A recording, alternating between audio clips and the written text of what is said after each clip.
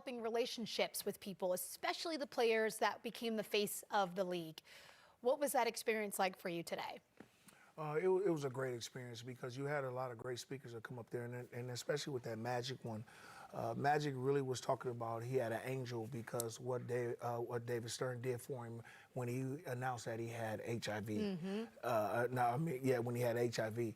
So it was like he said he saved his life. And he saved millions of lives by letting him play in the All-Star game, by letting him play in the Olympics. And when the Olympics, a lot of people over in different countries didn't want to play with Magic, as he said it. But when the Magic came around and they found out that he was not a threat to them, they understood, and then they started thinking about HIV. And who started that? David Stern, because he's the one who called Magic and put him into that situation. And there was a lot of great speakers there. There was a lot of great people there. I mean, people that you haven't seen. Jordan was there, Akeem, Bill Russell, Oscar Robertson, everybody, Kareem Abdul-Jabbar was there. So it was a lot of people there. Even the Lakers and the Knicks, they canceled practice to be there. That's great. All of we had Carlisle was there. You know, he was coming back and then he had to fly back. A lot of us we learned a lot from David Stern. David Stern took the NBA in the 80s from almost tanking to what it is now. We didn't know nothing about overseas basketball. He was paying $3,000 a month to send video over there about our NBA and did that thing. When he took it over, it was taken down, and then he groomed Granick. He groomed Adam Silver. He groomed a lot of people, and he touched a lot of people's lives, and he touched our lives. When I went up there, he announced my name, and we took a picture of it and things like that, and called me into his office and said he wanted me to do the challenge skills. That was the first one, me and Jason Kidd, because we were that Oakland native stuff, and he wanted us to do it. Yes, we had to go and do that because that was like our grandfather. Yeah. And that was it.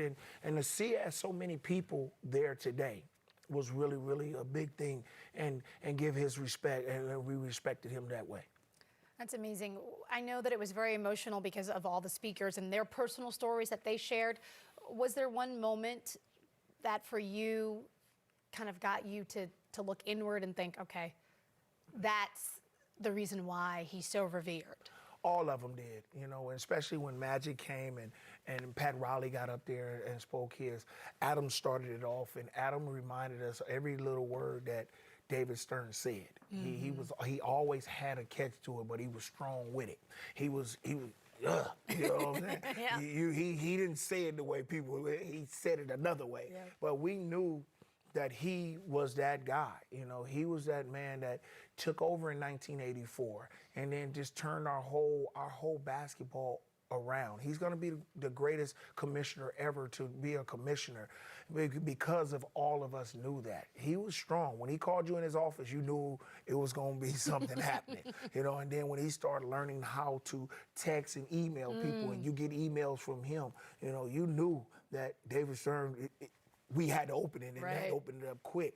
So, you know, just sitting there and just seeing all the guys who respected him and was in that auditorium today was amazing. You know, I got back. You know, they had a dinner tonight that I wish I could have went to, but you know, I wanted to get back. But you know, all them guys are going to be around there and be around and celebrate his thing. And Adam hooked it up. And it was just Dolan. He fronted the bill for everything there. So, you know, this is how much respect that David Stern had, and a great man that led a great organization, and it's getting bigger and bigger. The legacy lives on. The expansion years, the global entry. The entire world looks at the NBA now. Even NBA cares. Even NBA cares. He started all of that. We had a great speaker talked about how he started NBA cares and made it a different made a difference with a lot of people around the world, bringing back a lot of community stuff. And this is what he started. He started that. Him, Adam Silver, and them guys. They started that. That's right. The WNBA and the D League, which is now the G League, all because of David Stern. The warm-up will continue. As we've chronicled, there is one game in the NBA tonight. The Clippers are on the road to take on the Dallas Mavericks, and there he is. What do you call him, Brendan? Robot Jordan. Kawhi Leonard, last 5 games, over 30 points. He's averaging 36. Man, y'all can't slow down Robo Jordan. We'll be right back. Brought to you by Ford. No zinger, no problem. Mavericks with and without Porzingis. You can see with is on the left-hand side, without is on the right. I wouldn't read too much into those numbers because it's still going to take them a bit to get acclimated, remember. But we're excited to see the end result when they all get going. And in fact, I know someone who is not excited to see the results. Head coach Doc Rivers, he speaks on the return of Porzingis. It just has another really, really good player on their basketball team, and a range shooting 5 or 4, whichever position he's playing at. He has the ability to pose. He's terrific on the glass over your back because of his length. So you have to prepare for all that. And the Luka Porzingis combination in pick and rolls, it's just a lethal combination. And so you have to really be prepared for that. All right, you have to really be prepared for that. That's one thing, right?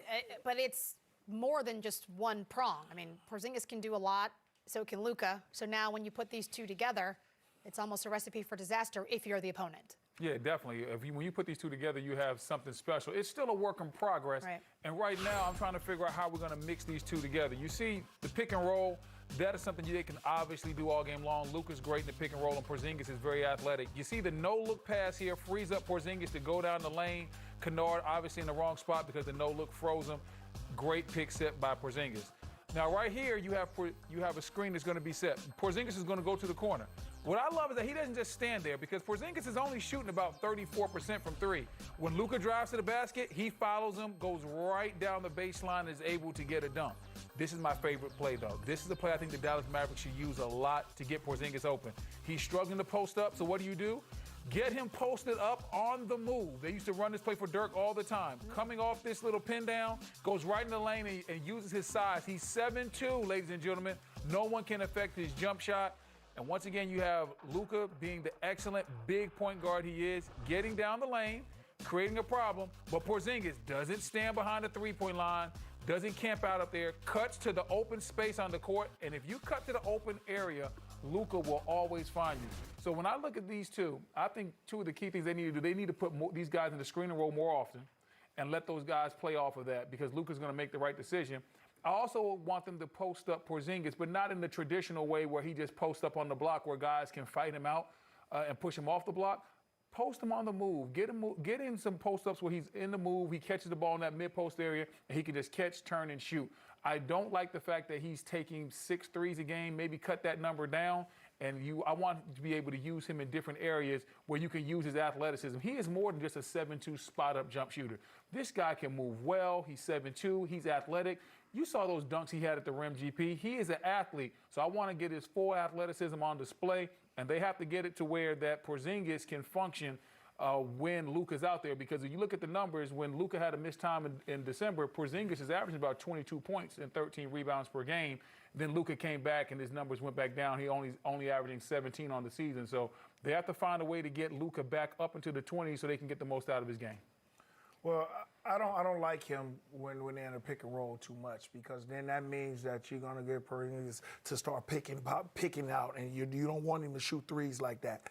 As you've seen all of the video that you described, he's always on the move when Luka's handling the ball because Luka breaks down people. You see how this is.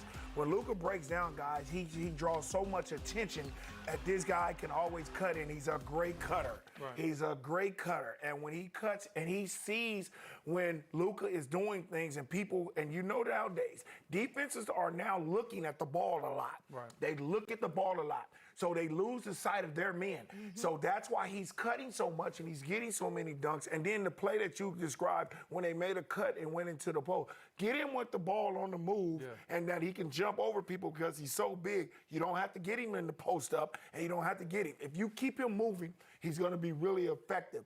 I don't want him in the pick and roll because then he's not going to start picking and then big men are going to start chuckling, hitting him, and he's going to start popping.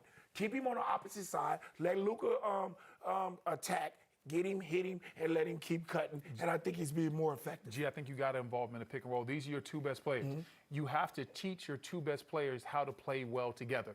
If you're Dallas, it's about more than just this year. You're building a foundation moving forward. Your two best players are going to have to be able to play together because I've run that playbook that Coach Carlisle has, and when guys like Jason Terry and Dirk were playing well together, the playbook, there's so many plays where those guys can come off pin downs and do things and take advantage of the unique skill sets that they have. So I think the playbook works better if these two guys can get on the same page. But he's not that type of basketball player, Brendan. So I understand what you're saying. He's not like an AD.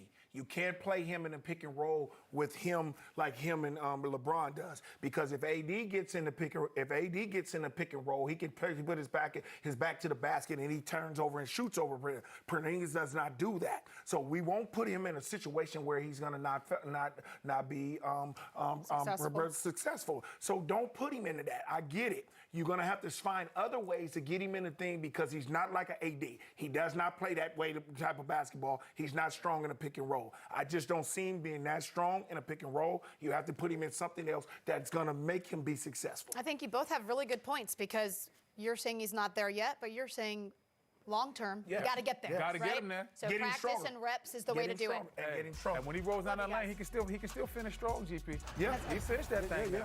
The warm-up will continue. Take a look at this. Seth Curry. We haven't talked about the other people on this team. We've only mentioned Kristaps and Luka, but Seth Curry is coming off of a 16-point performance last game. So lots of contributors for this Dallas Mavericks team. We'll see how it goes. Whole We'll be right family back. full of shooters in the Curry family.